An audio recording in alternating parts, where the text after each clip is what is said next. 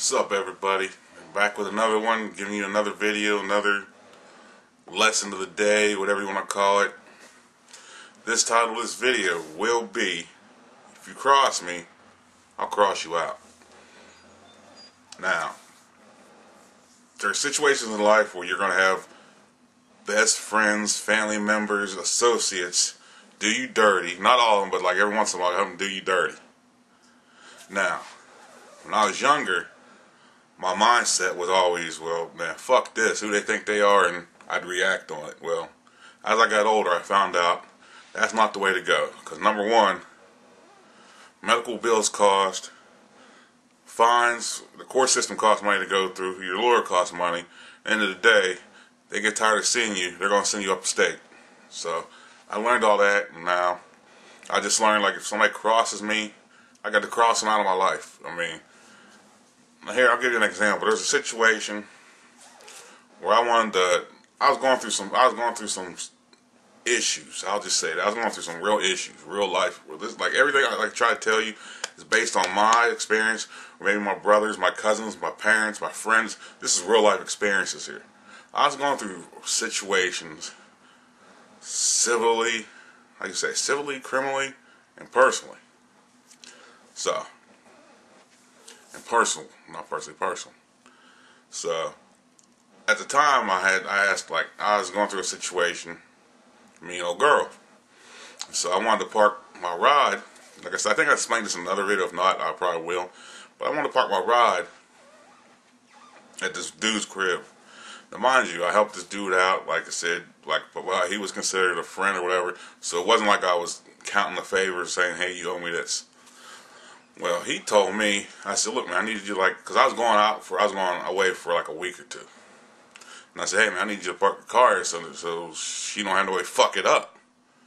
He was like, "Okay, I'll go ask." I said, so I think I asked I think it was like a month and a half advance. I gave him like a well advance so he could have time.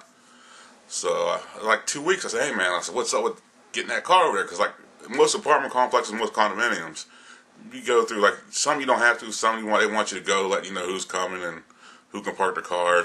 It depends. So I wanted to give it like a notice, that way they know. So he was like, "Oh, I'll go ask." Okay, week 3.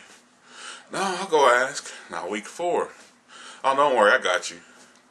Now it's like a couple days before. Oh, it'll be cool. The day of it comes, he tries to tell me, they said no. I was like, "Well, what did they tell you?" They said no. I said, and I'm like, "What did they tell you? What did they explain to you? You lived there. What was their reason not to?" "They just said you couldn't do it." That led to believe me, he didn't ask. And that led to me to believe, you fucking lying. So people may take this as anal. It is what it is. But to me, it was a slight. It was like, to me, the small slights are much bigger than the big slights. The small slights are the ones where you think, you trying to slick me.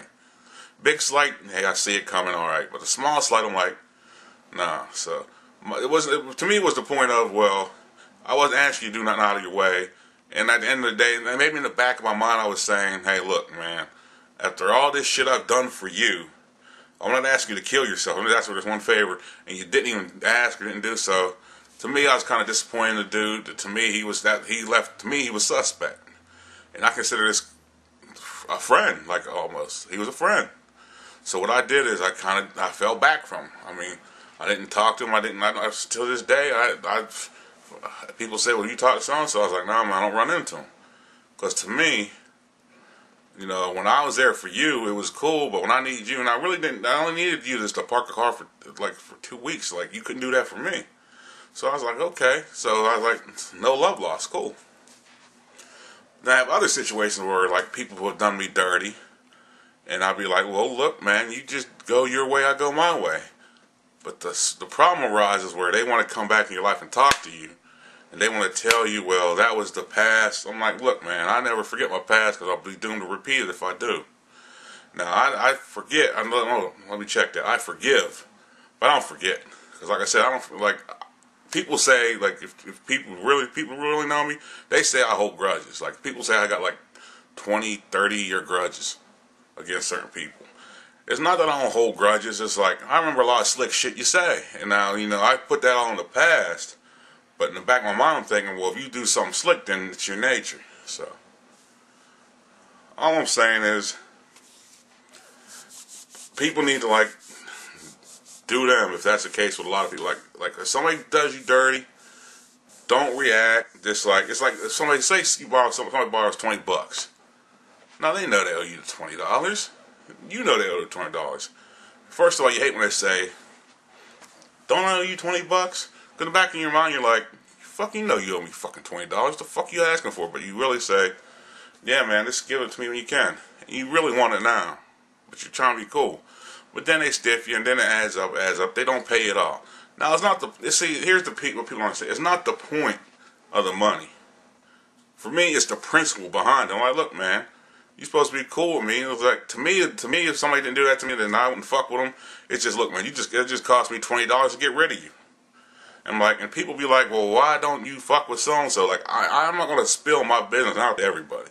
Because it's none of my business. I may tell, my inner circle why I don't fuck with so-and-so, so they can say, well, okay. But I ain't gonna fucking be the town crier and go, I don't fuck with so-and-so because X, Y, and Z.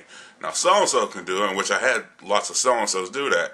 But see, I'm so thorough, whenever I get asked, I'll be like, that's what they say, that's their opinion. I said, there's two sides to every story, and it is what it is. So, all I can say is, if you want to cross somebody, just be careful, because the people that cross you will try to come back in your life. You have the opportunity to accept them or reject them. And to come to find out, the people that you reject kind of get mad at you. I'm like, wait a minute, you fucked me over and you got the balls to get mad at me. So at the end of the day, you can accept them or reject them. It's up to you. But like I said, if they do you dirty, just remember, let's put it this way. If you hold a rattlesnake and it bites you, don't be shocked when you pick the rattlesnake up again. If it rattles a rattle, it might bite you. So, it is what it is. Another life's lesson.